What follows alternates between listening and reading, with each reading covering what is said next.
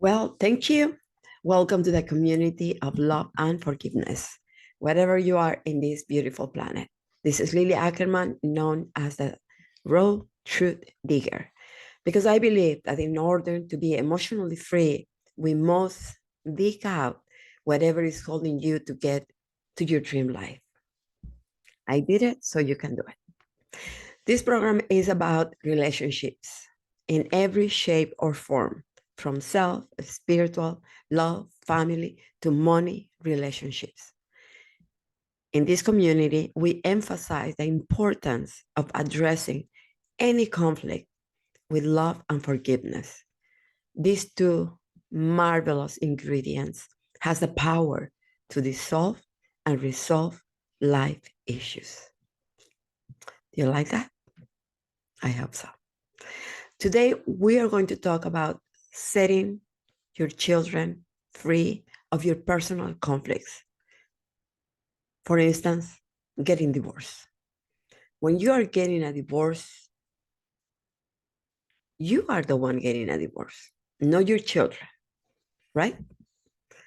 This is especially important because I see a lot of people using their children as tools to manipulate the situation to get what they want, or to punish their partners by putting the children against them. In what moment people think that this is correct, this is right? So, whatever reason you have to be angry against your ex, keep your children separate from your personal conflict. Don't project your anger on the relationship with their mom or their dad by poisoning their minds with your anger. It is not your children's battle. It is your battle. Don't make them part of it. You're angry at your ex. Don't force your children to be angry at them too. Avoid turning your personal conflict into a family conflict.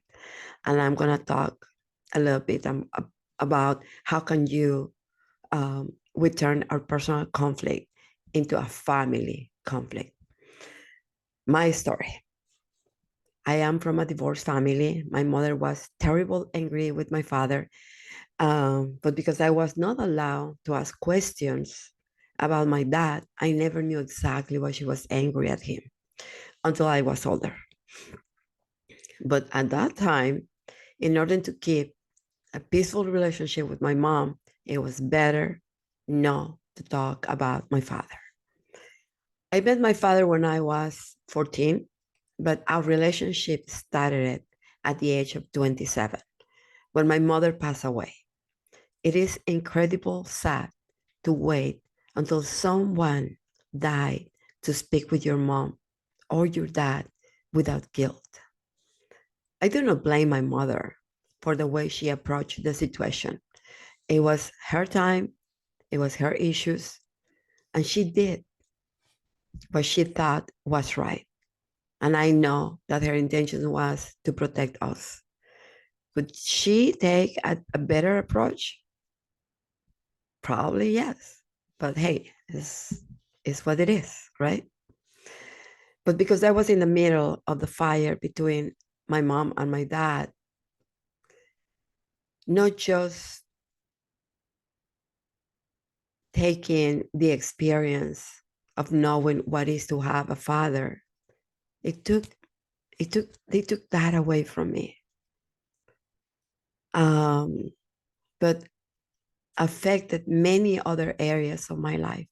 It took decades of finally understand what it was happening to me and a miracle of God to be healed from those wounds.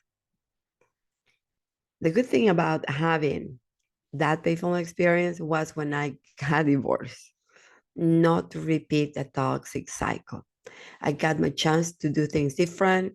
I got the opportunity to change the family dynamic by not making my girls part of my fight. Did I suffer? Yeah, I did. It was very painful going through the separation, very painful to hear my daughters sharing with me about their weekends with their dad and about his new partner. I realized that I couldn't feel miserable every other weekend because it was affecting my personal life and affecting my relationship with my daughters. So I told them in a nice way that it was better not to share anything with me because I was not emotionally strong. Regardless that I had a valid reason to be angry at him, I did my best effort not to involve my children.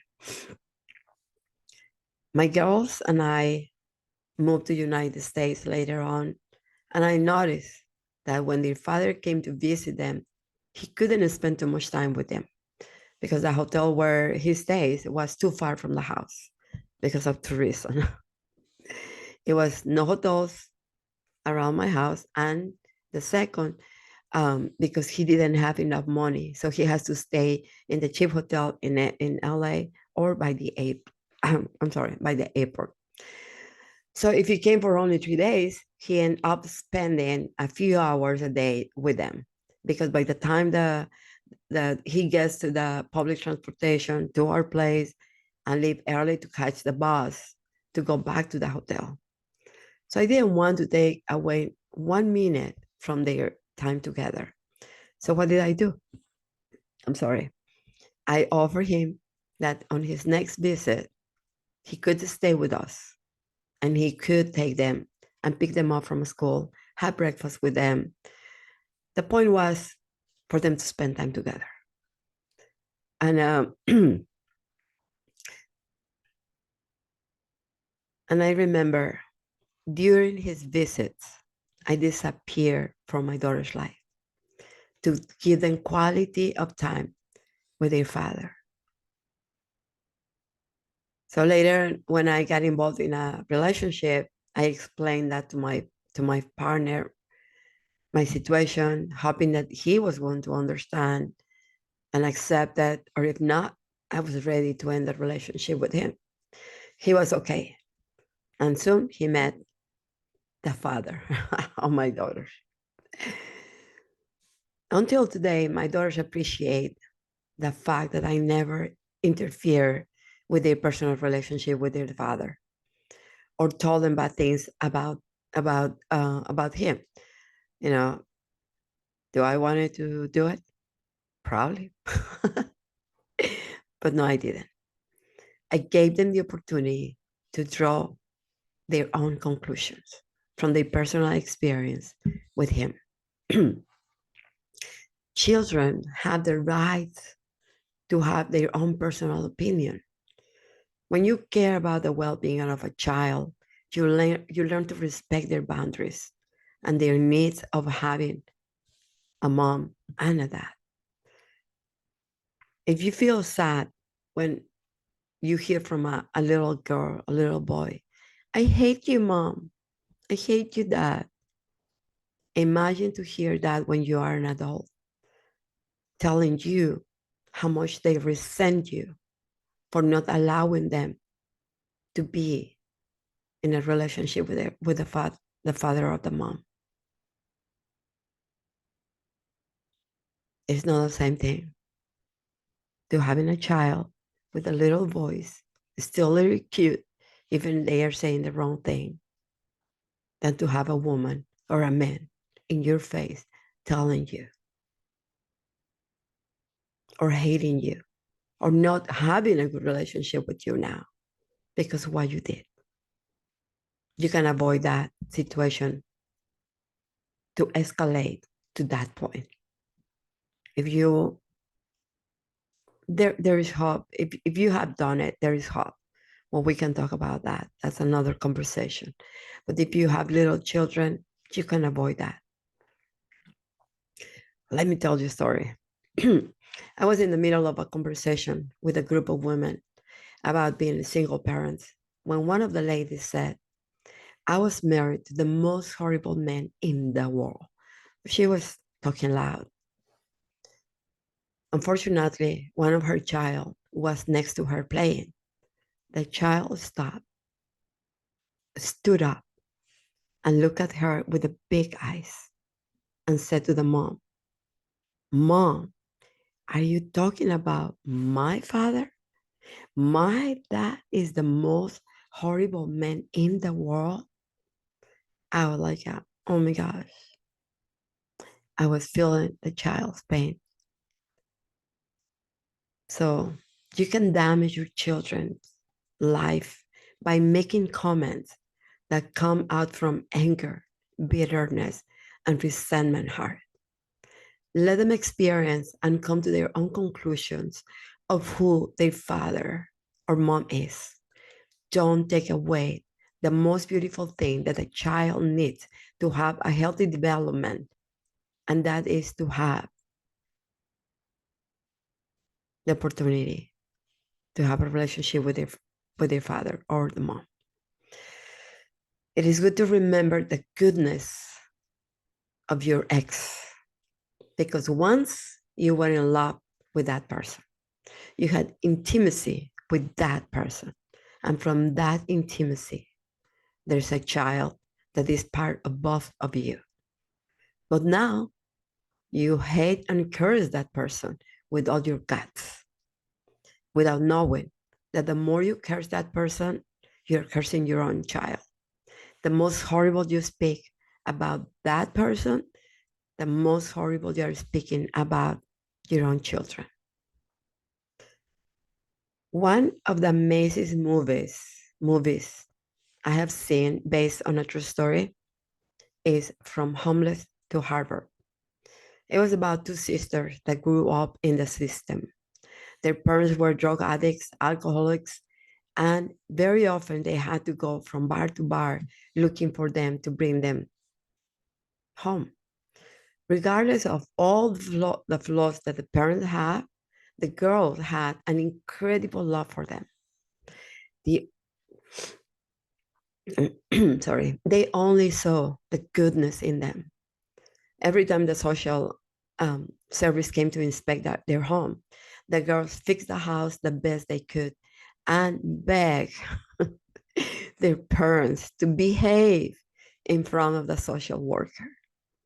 They did everything possible to impress the social worker and were very successful most of the time. So as you see, it doesn't matter if a parent makes mistakes. Children have a huge heart for their parents' mistakes, a huge heart for forgiveness. They deserve to have the experience of calling someone mom, dad, without feeling guilty, without the pressure that they must hate one of them in order to be at peace with the other one. The divorce alone is enough pressure on them already. It is crucial for a child to have a relationship with mom and dad. It will help them in the future to develop a healthy relationship with their partners, with themselves, and with their world. So, what to do now? Put your guard down, put your pride down, and humble yourself for the love of your children. Be at peace with the ex. Thank you very much. My name is Lilia Ackerman. Next week is Spanish time. See you in 2 weeks. Remember, I'm here for you. Call my number, text me, email me. Let's jump on a phone call, okay? About what you want in your family, what changes you want to make in your family. Forget about what you did. What it matters is what you can do now. What you can do now. Okay? And there is hope in every situation. I can assure you that. So my number, 951-743-7314. My email, my website. You can check my website too. Oh, give me 1 second. I forgot about this. This is my book. I talk about family dynamic, about one of my favorite topics is understanding parents to the children and children to their parents. So if you had an opportunity, is on Amazon. I'm gonna put the link on below, and my in Spanish is coming. Well, I will say that in the Spanish one right now. Thank you. You can check my website, liliaackerman.com, my coach, liliaackerman.com. I'm sorry. And my email is my coach, Lily at gmail.com. So you have everything. Google me. I'm shop in social media. Um, and I'm here for you. Let's make this world a better world. Until then, just remember, love more and forgive more. Bye.